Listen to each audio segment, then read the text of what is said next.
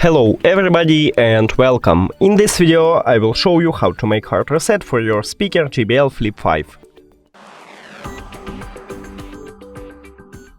You have to start by press play pause button and volume up button at the same time until the speaker turn off. Here we go. Now click the information icon or settings icon if you have Android. Then forget device.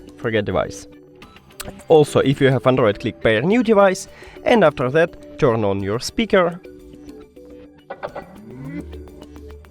And as you can see, it automatically entered to prank mode, but if it doesn't, just press at the Bluetooth button. Now click on it at the device list. And we did it!